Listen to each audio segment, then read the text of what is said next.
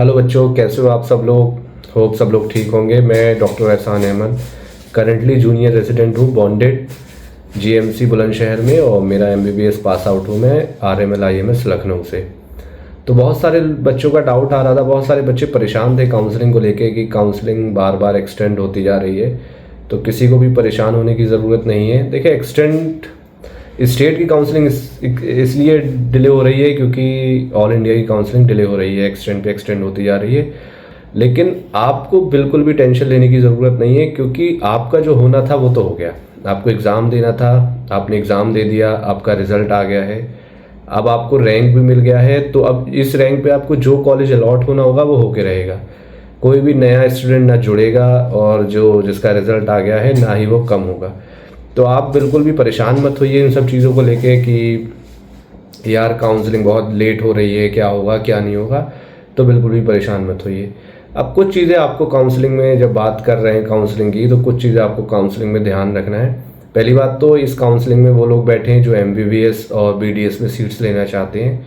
आयुष की अलग से काउंसलिंग होती है। तो आयुष वाले जो कि हमारा बीयूएमएस, बीएएमएस, बीएचएमएस ये कोर्स रहते हैं, इनके अलग से होती है।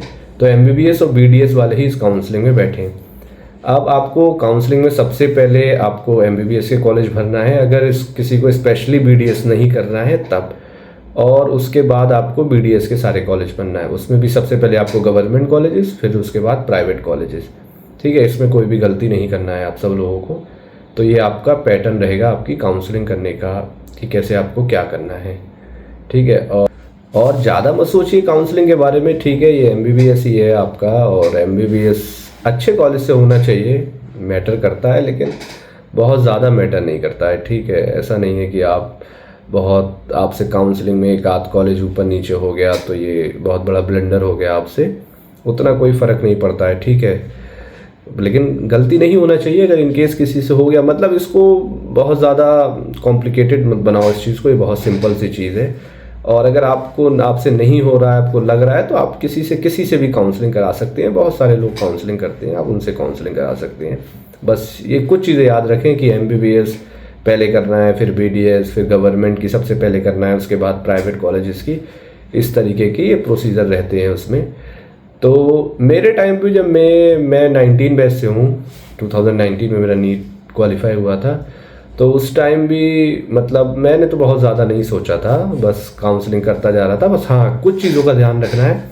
अगर आपकी रैंक अच्छी है तो आपको सारे कॉलेजेस नहीं डालना है, क्योंकि एक बार आपने काउंसलिंग में आपको कॉलेज अलॉट हो गया तो आप अपग्रेड करा सकते हैं, लेकिन आप उससे बिल्कुल छोड़ नहीं सकते उसको। सीट मतलब नहीं, आपने एडमिशन ले लिया तो आप सीट नहीं छोड़ सकते।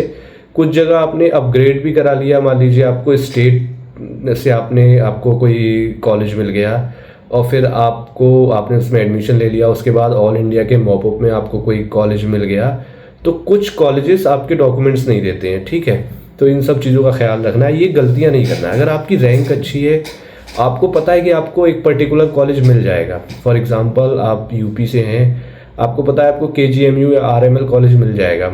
ठीक है, तो आप जब ऑल इंडिया की काउंसलिंग कराएं, तो आप ऑल इंडिया की काउंसलिंग में ऐसा नहीं है कि सारे कॉलेज डाल दें, क्योंकि फिर आपको कोई ना कोई कॉलेज मिल ही जाएगा। तो आप वही कॉलेज डालें जो आपको स्टेट की रैंक से आपके मिल सकते थे। जैसे आप ऑल इंडिया की काउंसलिंग कराएं तो जो केजीएमयू आरएमएल से अच्छे हैं उनको डाल दें, बाकी फिर केजीएमयू और आरएमएल को ऑल इंडिया से भी डाल दें, बस इससे नीचे ना जाएं। ठीक है, ये अगर आपको आइडिया होना चाहिए इन सब चीज़ों का। अगर फिर मैं कह रहा हूँ आपको इन सब चीज़ों का आइडिया नहीं है, तो किसी से पूछें। ठीक है, जो इस चीज़ का एक्सपर्ट है या जिसने पहले से करा रखी है ये सारी चीज़ें। तो बहुत सारी ये छोटी छोटी गलतियां होती हैं, इनसे ही आपको बचना है।